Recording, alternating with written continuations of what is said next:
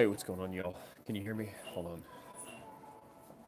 I have no idea. This could come out with no audio, but I got my headphones in. But anyways, look at this, huh? I'm doing my first live video. Isn't this neat, huh?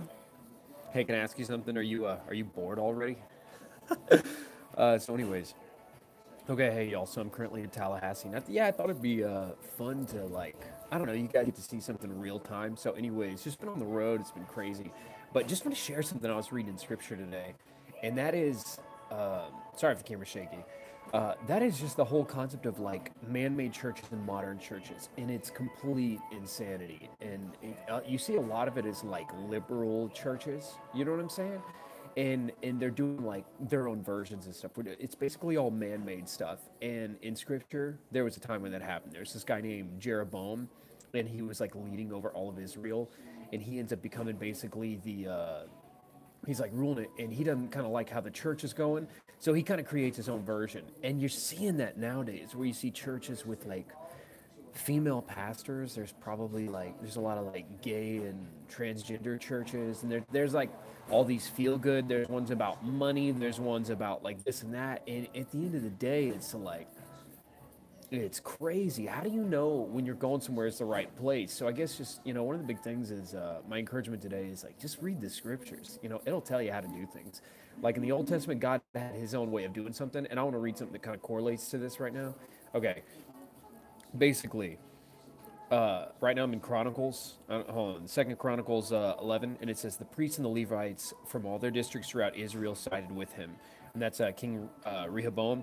The Levites even abandoned their pasture lands and property and came to Judah and Jerusalem because Jeroboam and his sons had rejected them as priests of the Lord. So they like ditched everything, you guys. They like completely ditched their homes, they ditched their stuff, they ditched their property to go pursue the Lord. So it's like sometimes hanging on to stuff isn't worth it. Sometimes hanging on to junk, sometimes hanging on to just it's just stuff. You know what I mean? It's like, and we hang on for the dumbest reasons.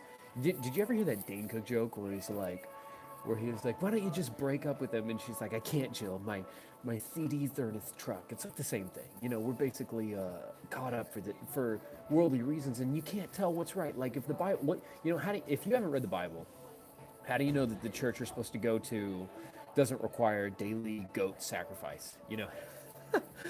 And so that's all I'm getting at, you guys, is just like the way you protect yourself from whether a church is doing things right or not is just read scripture. And if it's doing something wrong, you got to get out of there. Because those places I mean, if you look back in Israel, God punished everybody, and those churches did not go without consequence. So I don't know. It's just my big encouragement, y'all, is just read scriptures, know what you're looking for, and don't buy into stuff because it's fashionable or because it's liberal or whatever. All of it doesn't matter, and it doesn't matter if people pat you on the back and say you're doing the right thing, because at the end of the day, all that matters is what God thinks. And so yeah, all right. Well, that's all I got to say. I just want to try this out. I'll talk to you soon.